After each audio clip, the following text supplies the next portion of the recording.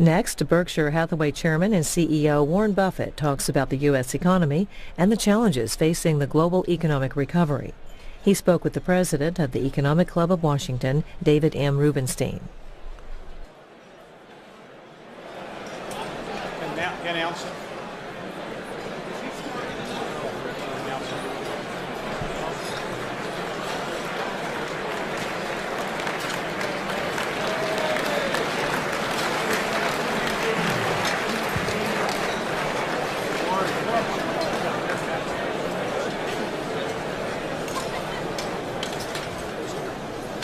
Okay.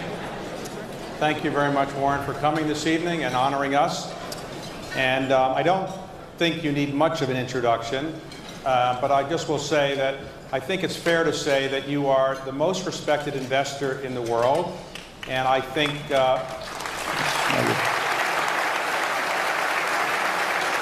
the most respected businessman in the world, not just because you've made a great deal of money, but because you've done it with enormous integrity and humility, and as people will see tonight, with enormous sense of humor. And in addition to being a business person that everybody would aspire to be, he has in recent years become, with Bill Gates and Melinda Gates, the largest philanthropist in the world.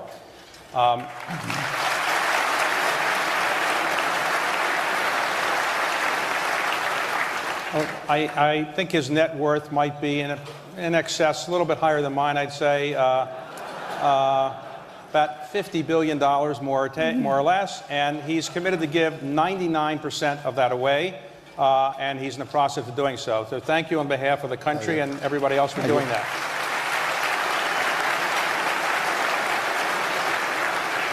Your background is pretty well known, but some people may not know that you actually spent much of your formative years in Washington, D.C. Your father was elected to the Congress, so you moved here. You went to Alice Deal Junior High School, got a lot of C's and D's, as I understand. And then you went to Woodrow Wilson High School, finished 16th in your class, but you were... Class of 17, we might add. Right. Well, you were working, you were delivering papers in the morning and delivering papers in the evening and so forth. And my question really to begin is that many people who grew up in Washington love living here and they want to stay here. So they hope to aspire to be the head of a lobbying firm someday or the head of a congressional staff or something. Do you ever have any regrets that you might have been able to make something of yourself had you stayed here? Well, I'm still young, David. I may come back. I went out to Alice Deal today. First time I'd been there in 65 years, and I met the principal. I went to Wilson also today, but at Alice Deal I tried to get my record expunged, but I had no luck. Well, you told me earlier today that you lived in Spring Valley. Yeah, I lived at 49th Street between Van Ness and Fordham Road, yeah. And so today, with a camera crew, you knocked on the door of the person who was living in your house. What did that person say? Well, we had a good time. I mean, the house seemed to have shrunk, but she was very a wonderful woman. She's lived in the house for 30-plus years, and we got along very well. And then we retraced my paper out. So when you were growing up in Washington, you were already a business person. Well, I thought so. I didn't get a lot of public recognition as such, but so you were making money, and as I understand it, you filed your first tax return when you were 14 years old. Yeah, it was for the year when I was 13, and 13. I filed it when I was 14. Yeah. Okay. And did you think the tax rates were too high then, or not? It hurt more in those days. I did deduct my bicycle and my watch as business expenses, and only because the statute of limitations is applied. I took them entirely. Apparently, I never used my bicycle for pleasure or my watch. I never looked at my watch except when I was delivering papers. So after you graduated from Woodrow Wilson, you then went to actually the University of Pennsylvania for a year and a half, and then you transferred back to the University of Nebraska. Why did you leave Penn? That was a great business school. Why did you leave? Yeah, I felt I would. I wanted to quit after 1 year, to give you the honest answer on it. My father talked me, he kind of talked me into going to college in the first place, and then he talked me into going a second year, but he said if I went a second year, then I could drop out. And so then I went back to Nebraska. That way I got out of college in 3 years, and so it sped things up. And I plan to live in Nebraska. So when you graduated from the University of Nebraska, you applied to Harvard Business School and were rejected. That's true. Has Harvard ever announced that they've regretted that decision? Well, I understand the development officer is kind of unhappy.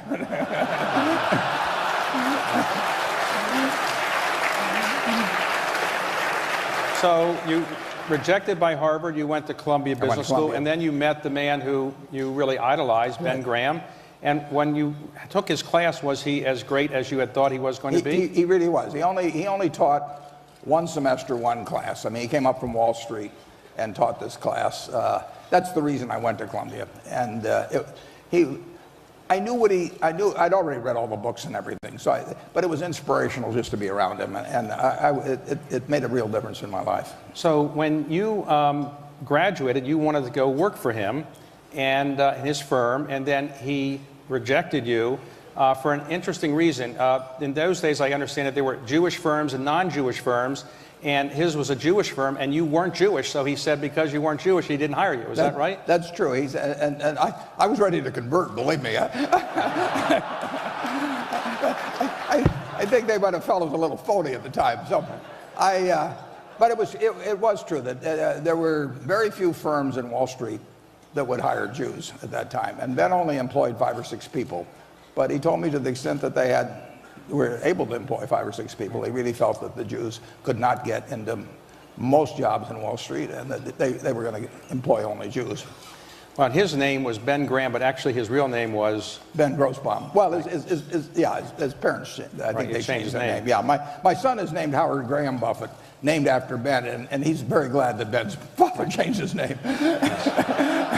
So you moved back for a while to Nebraska, but then he ultimately changed his mind and you went to work for Ben Graham. I kept pestering him. Yeah, I made a real pest of myself. And in those years, what did you aspire to do? Did you aspire to become a very wealthy person? Would you want to be buying stocks? Would you want to buy companies? What was your aspiration in those early days? I loved just analyzing securities. I just spent hours and hours and hours. I kept turning the pages of Moody's, which instead of going, you had no internet then or anything else, so you had 2 sources of information, Moody's and Standard & Poor's, and we happened to have these sets of Moody's. They were in aggregate, probably about 8,000 pages, about 5 different manuals, and I went through those page by page.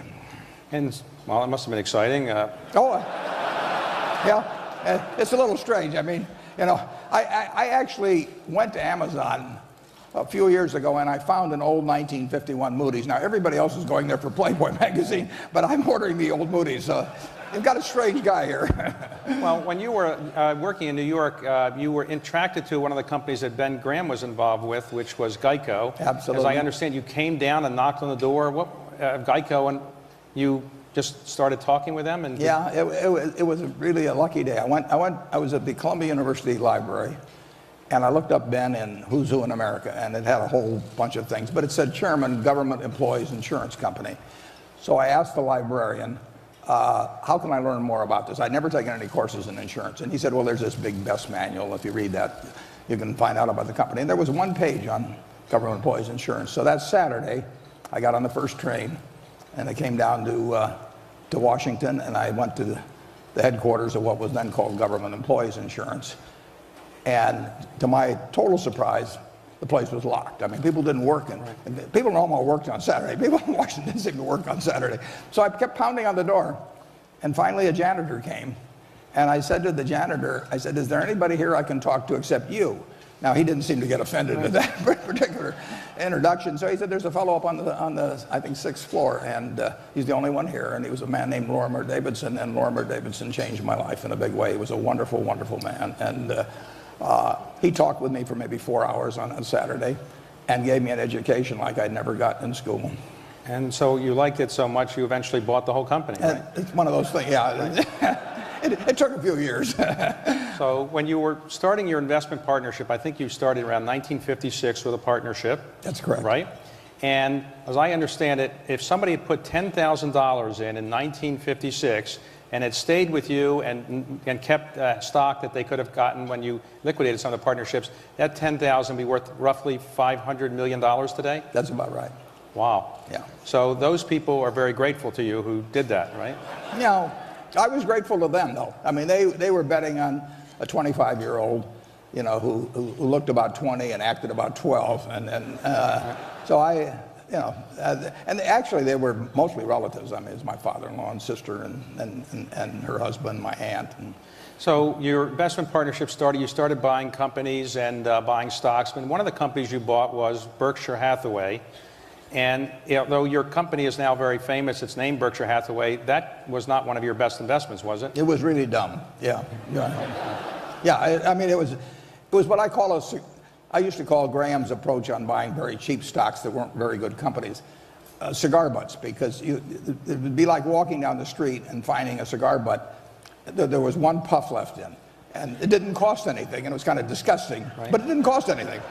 But I thought Berkshire Hathaway was that kind of a company, and it wasn't much of a puff either. Right. Well, so, you know, your company is named Berkshire Hathaway. You've sold that company many years ago. Did you ever think of changing the name? No. I don't do much of that. Okay. So when you started, originally you were buying stocks, you picked stocks, but then you started buying whole companies. Was that a different skill set? And how did you learn to buy and operate these companies? Well, when I buy 100 shares of XYZ company, I look at it as buying the whole company.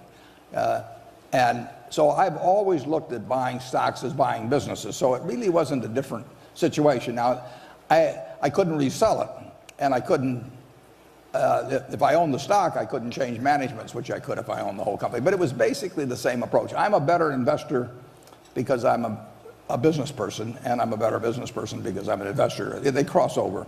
Well, today, Berkshire Hathaway has how many different companies that are part of the It's got about 75, but some of those own more companies. So you have 75 companies. You have about 270,000 employees. 270,000 employees.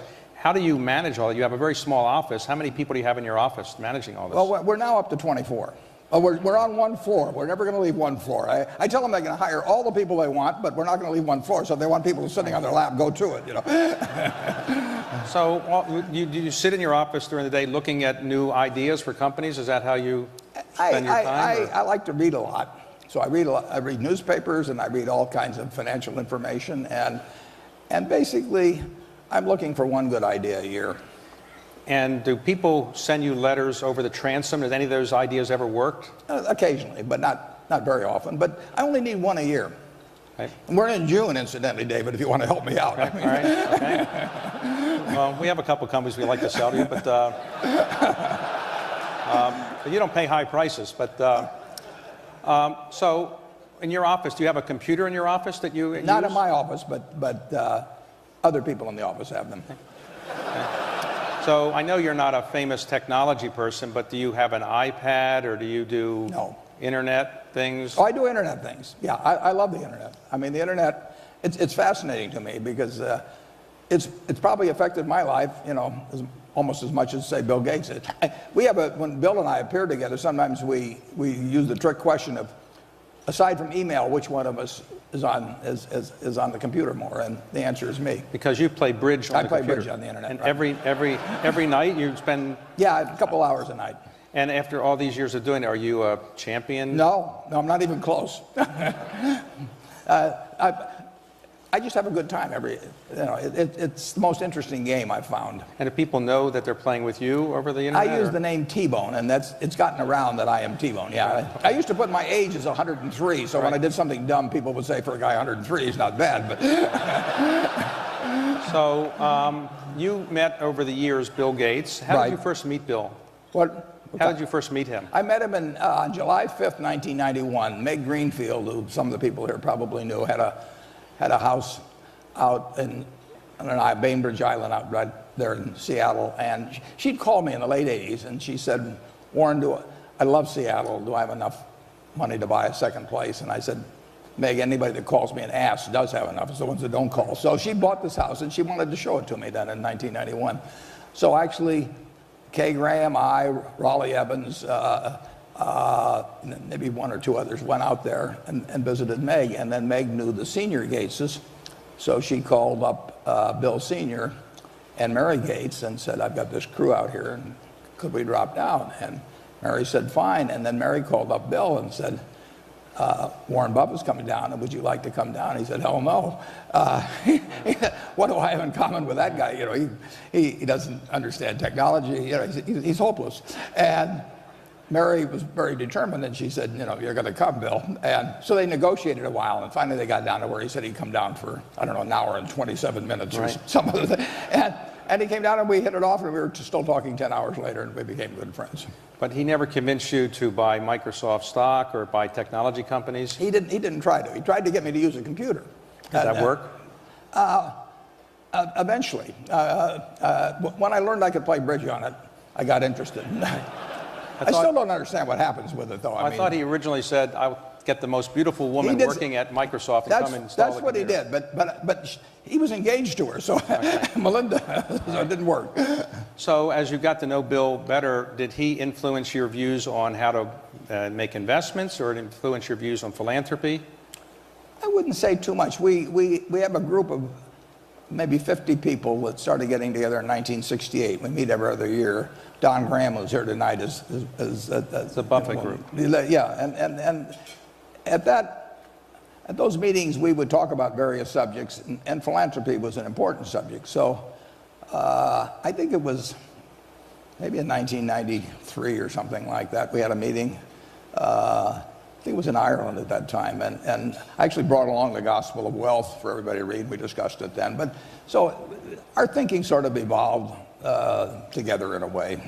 But have you ever regretted not getting involved in giving away money earlier in your life, or you've done it? My wife regretted that. She thought she liked the idea of giving away. We both agreed on giving away all the money. I mean, once we had everything we wanted, and we've had everything we wanted. I mean, you know, and the surplus wealth I have has no utility to me. It has all kinds of utility to the rest of the world if used properly. Right. So we agreed on that early. She would have liked the idea of giving away more of it earlier, and I felt that I was going to be a better compounding machine than most places, and that there would be a whole lot more to give away later on. So I told her, I'll pile it up and you unpile it. You know. Okay. All right. Now, your father was a very conservative Republican congressman, right, and you were probably a liberal Democrat. Is that fair? Well, yeah, I was always very conservative back. You were conservative or when he was alive, right, and then you later moved further to the left. And it's fair to say you're a liberal Democrat now, or? Yeah, I'm not a card-carrying Democrat. I support certain Republicans, and I have, and actually this year I gave some money to a Republican congressman. And you've become famous recently in Washington for, among other things, the Buffett rule, which says that people's, I guess, tax rates should be at least as high as their secretaries. Yeah, in terms of the aggregate of payroll and income taxes. I couldn't get a disease named after me, so I had to settle for a tax. I mean. And have any of your friends suggested that you compensate your secretary in capital gains kind of things so she could pay a lower rate? She's been suggesting that lately, yeah, right. Yeah, she's always on the phone with some tax advisor now. Now, the interesting thing is people have speculated about how much money she made, but the tax rate actually above $106,000 for most people goes down if you take the aggregate of payroll and income taxes, because the payroll tax is the most regressive of all and quits at that point. And so actually between, say, 106 and 200, in most cases, the rate would go down. Well, your financial acumen is pretty well known. So we now have in our country $15.5 trillion of debt in our federal government, and $1 trillion a year or so adding up. What would you do if you were able to wave a wand and try to fix our debt problem or deficit problem? Well, I think I would do what everybody in this room could do. I mean, if you ask everybody here how much the federal government should be raising annually or in aggregate over the next 10 years, the answers would come in somewhere between 18.5% and 19.5%, which is close to what's been the situation since World War II. If you ask them how much the government should be spending, they'd probably come in at 21%. Someone come in at 20.5 or 21.5. And incidentally, you can have a 2 percentage point deficit relative to GDP, and the debt to GDP will not grow. I mean, in fact, it probably will shrink it just a touch. So you can have a couple percent deficits on average. And I would take the plan that 90% of the people here would come up with to get to that 19% of revenue and or to get to 21%. It can be Simpson bowls, it can be a bunch of different things. And no one's going to agree 100% on every point.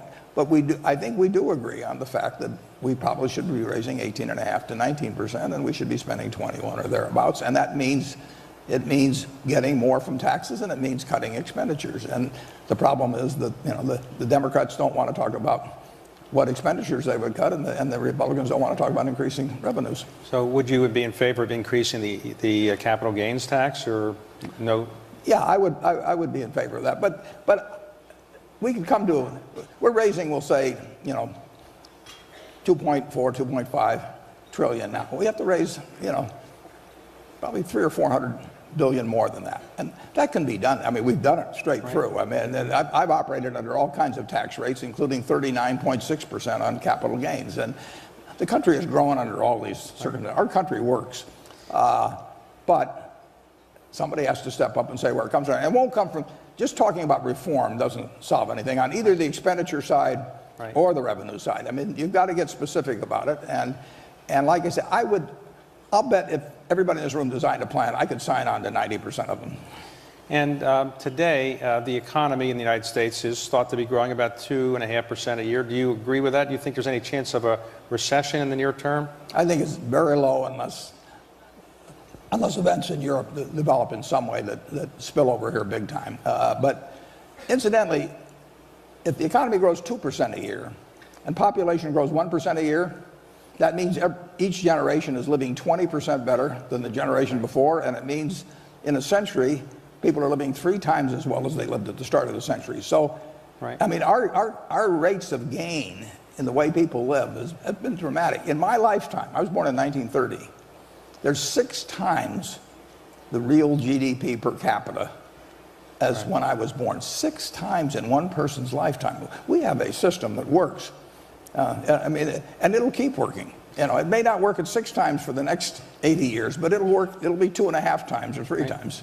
Now, are you worried about the euro going away? Do you think Europe would allow the euro to go away, or? That's the big question. I mean, Lincoln said that a house divided cannot stand, and half slave, half free wouldn't work. And we've got a system where they're half in and half out. I mean, they're in on a common currency, and they're not in on common fiscal policy or common culture or common labor practices. And that house will fall, but that doesn't mean it has to, and it means that they have to reconcile some of these things. It can't be half slave, half free. Now, you invest most of your money, I guess, in the United States. Yeah. Have you increasingly been investing outside, particularly in the emerging markets, or you're not as comfortable investing in the emerging markets? I'm comfortable in any place I understand the business well, and to some extent the rules that they operate in, and where I've got the right management. And so we will buy a business, in any one of 40 countries tomorrow if it's the right kind of business. But most businesses I hear about are in the United States. They think of Berkshire here. We're on the radar screen here to a greater extent than around the world. So I understand that somebody from Israel sent you a letter over the transom, a 1.5-page letter, and you ultimately bought that company that person was talking about for $4+ billion? We bought 80% of it for $4 billion, and he wanted me to go see it. He told me what a wonderful plan he had and everything, and I said, I'm not going to go see. I don't go to Iowa, as far as that's concerned. and he said, no. He said, you've never seen a plant like this. And I said, Eitan, I said, I love your business. I love you. I'll give you $4 billion, but I'm not going to go to, I got to start crossing oceans or anything crazy like that. So he said, well, if you buy the business, will you come? And I said, yes. So we bought the business, and then I went to Israel, and it was everything he said, and he was very pleased.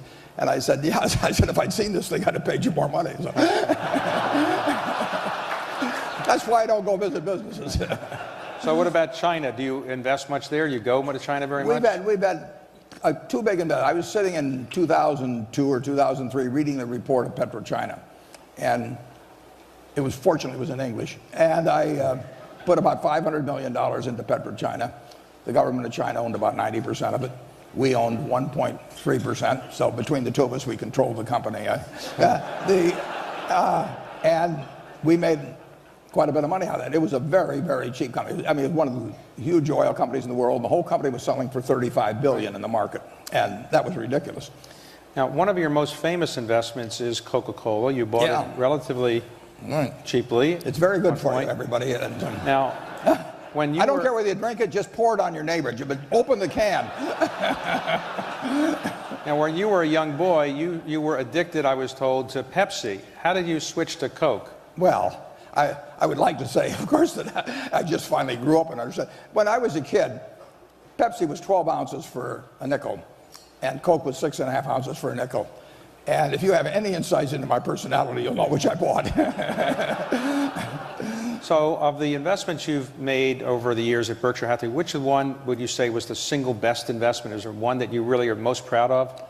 Well, the one I'm probably the most emotionally attached to is Geico because of a bunch of reasons, but it goes back to a day in January of 1951, a Saturday. And that, what Lorimer Davidson did for me changed my life. And he didn't have to do it. I mean, I walked in there as some 20-year-old kid on a Saturday, and he spent 4 hours educating me, and then he became a friend for life. And then subsequent people are Jack Byrne and Tony Nicely, who's here tonight. I mean, it's just been a wonderful association, whether we made any money or not. But we've done pretty well on the investment too. But beyond that, it has a special meaning to me. Are there investments that you really wish you had never done? What's your worst investment? I made a lot of terrible deals, and the worst. It's hard. Probably the worst deal will be one I make in the future. But the current title, I bought a company, and incidentally, I did it. I mean, we do not have PowerPoints around or people explaining this stuff to me. I just go out and do them. And we bought a company called Dexter Shoe. George Mitchell's here tonight. He knows the company. And we paid $400 million for it, which went to zero. But we paid $400 million in stock. And the stock we gave up is probably worth maybe $3 or $4 billion today. So whenever Berkshire goes down, I feel better about that deal. Wow. I mean,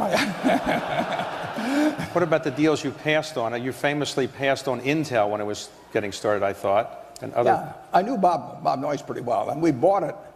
We bought the converts when they were private, or just because of Bob. We bought them at Grinnell College, and the endowment of Grinnell College went from $8 million to $1 billion in about 12 or 14 years. So, and Intel was a help on that. But in the end, I don't worry about things I don't understand. I mean, I think it was Tom Watson Sr. said, "I'm no genius, but I'm smart in spots, and I stay around those spots." Right. And there's a lot to that. And knowing your circle of competence is where that perimeter is, right, is enormously important. And the fact that there's all kinds of things I can't do, and there's plenty of companies I can't analyze, but I don't have to worry about that.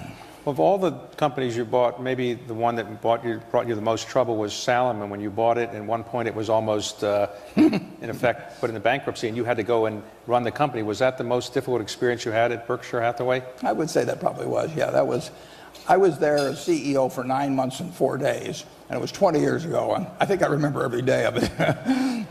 So today, when you have all these managers running your 75 different companies, do they call you every day and say, "I got this problem or that problem," or how often do you talk to them? No, if they need to call me, they're in trouble. We buy businesses where the managers come with them, and there are some managers that I don't talk to once a year, and there's one I talk to almost every day. After the one that I talk to almost every day, I would say the highest frequency would be maybe once a week. But they always call me. I don't call them. Now, when you want to make an investment, you have a board of directors. Do you ever ask them? I've heard that you will buy a railroad for 20-some billion and not tell your board of directors. I told a few of them. Okay. That was an exception. That I told them, not that part of why we're able to make deals is because we can act fast. They know we have the money. They know we'll do the deal. We closed on October 6th, 2008 on a $6.5 billion investment in Wrigley in conjunction with Mars.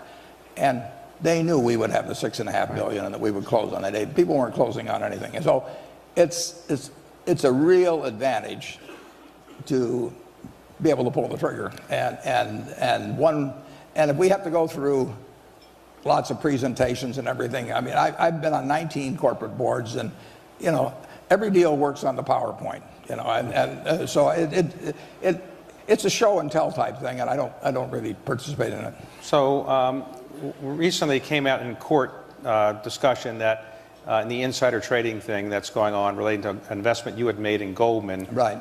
It came out that you had set the deal and you told the investment banker this is the deal, and they had to get back to you, but you said don't call for a few hours because you're going to Dairy Queen with your grandchildren. Is that right? That's true. You didn't want to be disturbed on a deal? Well, I knew what I would do, and I told them what I would do. And if they wanted to do it, fine. If they didn't want to do it, fine. I mean, we don't really negotiate at Berkshire. It's just I don't have enough time, to spend the rest of my life, negotiating with people. So I tell them what I'll do, and if it works, fine. If it doesn't work, fine. Then.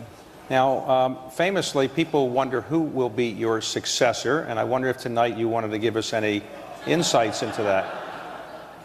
Well, I have left the directors a Ouija board, and I plan to keep in contact with them. Right.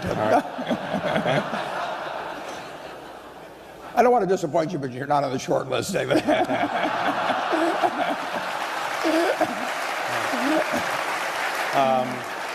Could I be on the long list? So we're in perfect shape for it, though. I will say that we've got successors that are, in most ways are better than I am. But you expect that Berkshire will be around for 20, 30, 40 years as Forever. a big... It's built to be forever. It has a special culture. It has directors who are committed to that. It has managers. We have an organization that would reject anybody that tried to tamper with that culture. And I think it is special, and it can stay special. So today, having achieved all that you have achieved, you've got the admiration of virtually everybody in the world for what you've done. What kind of motivates you to keep going? What are your aspirations over the next 5 years or so? I'm having the time of my life. I mean, I get to do every day exactly what I like to do with people who I love and who seem to like me pretty well. And it doesn't get any better than that. I tell the students that come to see me, and I have 48 universities come out every year, I tell the students, take the job you would take if you didn't need a job. And I've got the job that I don't need a job, and I've got that job. Now, you're giving away 99% of your wealth. You have 3 children, 7 grandchildren, and 9 great-grandchildren. That's it. And do any of them ever say, maybe you could leave some of that to me, or they've never... Well, I'm leaving some of it to them. And one of the things I do is that I don't write a will very often, but when I write a will, I give it to my children first before I sign it. They all read it. They're the executors. Right. And I want 2 things. I want them to understand exactly what's in it, and secondly, I want them to agree with it. I mean, and if they don't, I want them to talk it out now, and we'll figure out what makes sense. And so every, I don't know, 5 or 6 years or 7 years, whenever I do this, they read it, and sometimes there is something that they don't understand in terms of exactly what their duties might be or something of the sort. And then in terms of equating, I've got one son that likes a farm. I've got a farm that he'll get. I've got another daughter that likes the particular house. And I've got these various ways of equating that and percentages and all of that. And in the end, I think they feel very, very lucky in life. So the average person who doesn't have your investment skills and they want to not lose their money, would you recommend that they play the stock market, they buy mutual funds? What do you recommend to the average investor? Well, playing the stock market, playing is not a word I would choose. I would recommend that they put a similar sum, and maybe they'd be earning more as they went along, but save something every month and basically put it in an index fund. Right. They are not in a position to make judgments on stocks themselves. They're not in the game any more than right. I can prescribe in medicine or something of the sort. They will get a good result. The American economy has done wonderfully. I mean, if you take the 20th century, the Dow started at 66 and it ended at 11,400. Right. Now think of that. How could anybody get a bad result in investing starting at 66 and 11,400? But a lot of people do because they jump in at the wrong time or they right. think they know this stock versus that stock. But the average person should just consistently buy equities, which to me are by far the most attractive investment choice around, and put it in, and if they do that for 20 or 30 years, they'll do very well. But you don't subscribe to the efficient market theory that says that basically you can't beat the stock market? You subscribe to that theory that you can't, or you... Well, if I'd subscribe to that theory, right. I'd still be delivering papers. Right. Yeah. Right. No, I think I don't think there's any question that certain people who evaluate stocks as businesses can make intelligent decisions about businesses which will enable them to do very well in the securities market. But I don't think somebody that is listening, to a TV channel tell them what to do, or somebody jumping around with histrionics, or even some salesperson who's getting paid more money for selling them something and getting them to change tomorrow is the key to it.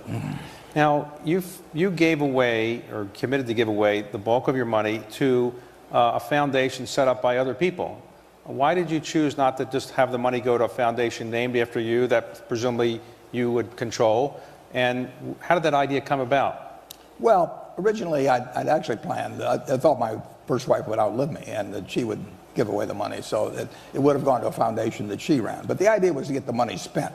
And you say it's run by other people, but if you set up the Ford Foundation, or you set up the Carnegie Foundation, they're being run by other people. It's just that the Carnegie didn't know who they would be, or Henry Ford didn't know who they'd be. So they are going to be run by other people if they extend beyond your lifetime. And I picked people that I had enormous confidence in the fact that they had a similar judgment about where money should go, and where I thought they would do a first-class job of administering it. And then, in the case of the Gates Foundation, I get people that are putting up their own money big time, who are very able people, who are working full-time at it themselves, who aren't charging me anything. And I've got these foundations that are run by my children that it's been wonderful for them, and they each have a separate foundation so that they can follow their own interests and not have to sort of roll logs as to who votes for this one or that one, and it's all worked out perfectly. And what was Bill Gates' reaction when you called him and said, guess what, I'm giving you $50 billion eventually?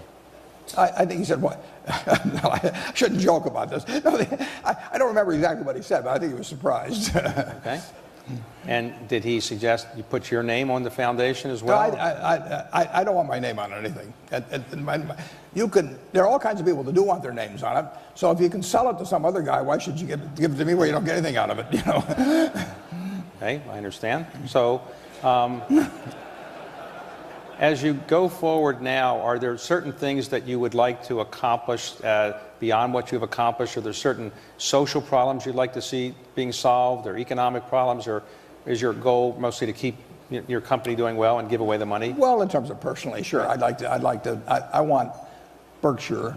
That is my painting in life. I've been painting it all my life virtually, and I want to keep painting it and have it become even more of what it already is. And so that's what I love. Anything that works positively for Berkshire in terms of adding better businesses, having wonderful managers around, anything makes them be in a position to get their full potential from their companies, I love.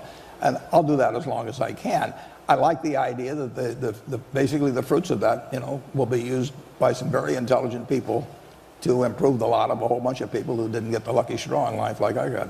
And how old were you when you realized you were much better than other people in picking stocks and making these kind of investments? Did you realize that as a young person, or did it take much longer before you realized you were much better than everybody else? It sounds obnoxious, but I thought I was going to be pretty good early on. I went through this period at Woodrow Wilson, where I was really bad at Alice Deal, but I was kind of working out of it at Woodrow Wilson. And I had these teachers that I caused some trouble to, but they did think I knew a lot about stocks. And of course, in those days, teachers put all their money in AT&T. That was the ultimate safe investment. So when I was feeling particularly obnoxious, I shorted a little AT&T and brought the confirmation, showed them to the teachers, made them worry a little. But you couldn't love anything as much as I loved investments and not get fairly good at it. I read every book in the Omaha Public Library on investments by the time I was 11, and we moved back here. And as soon as I got back here and my dad was in Congress, I said, get everything in the Library of Congress, I want to read it. Well, there's one company in Washington we didn't mention. You obviously bought Geico, and that's one of your most famous investments, but you made a very famous investment in the Washington Post many years ago. What attracted you to the Washington Post, and how long have you held that investment? Well, I love the business as such, but when I bought the Washington Post company, this is pre-split, they had about 4.8 million shares outstanding, and the stock got down to 16, but thanks to the Nixon challenge to their TV stations and a few things, Bibi Rebozo and the rest, the stock cascaded down from 37. So when we bought it, the whole valuation of the Washington Post company was about $100 million. Now, if you'd asked any reporter at the Washington Post to go out and do a story on what the Washington Post company's constituent businesses were worth, they would have come back and said 400 or 500 million.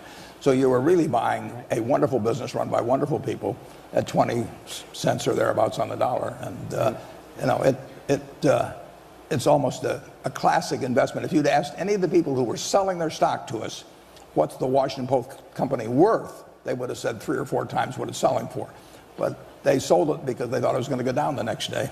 And they were right for a while. But you've owned that now for 30... It's been 29 years. Or, I mean, 39 years. So you are an optimist about the future of our country? It's a cinch. Yeah, we haven't lost the secret sauce.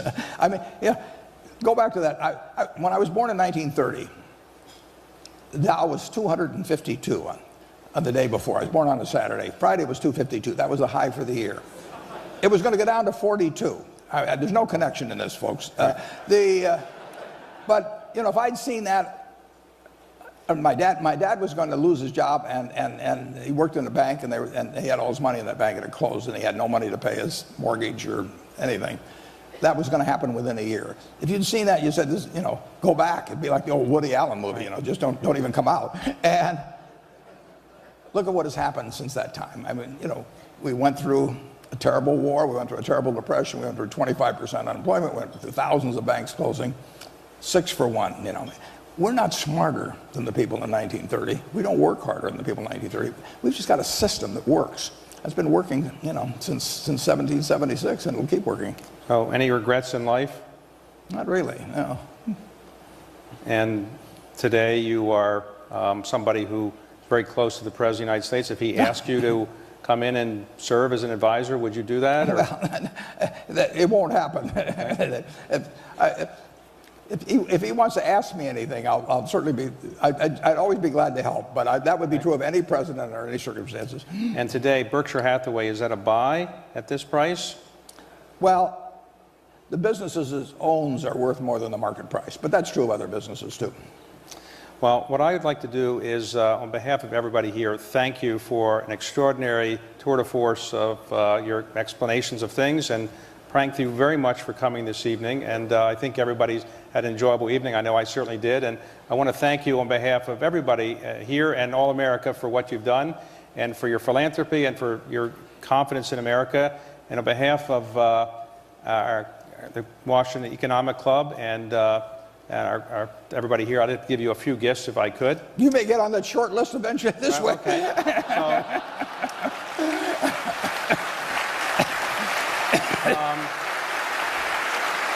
This is a Woodrow Wilson high school jacket we've had made up for you. Go Tigers!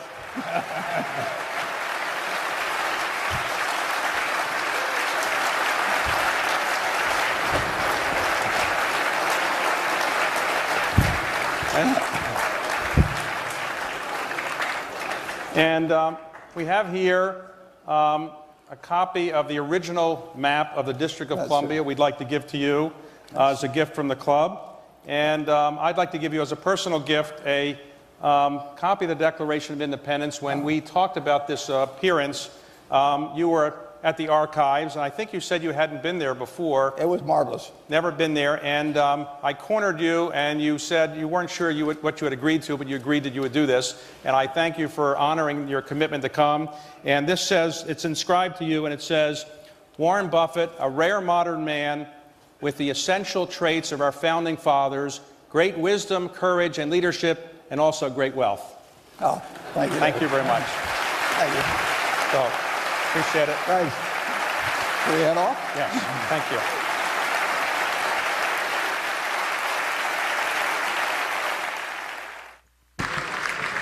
you. Ladies and gentlemen, please join the after-dinner reception with cordials and sweets in the Maryland Room. And don't forget to take your complimentary champagne glass with you and pick up your gift tote bag as you depart. Have a safe evening, and thanks for coming.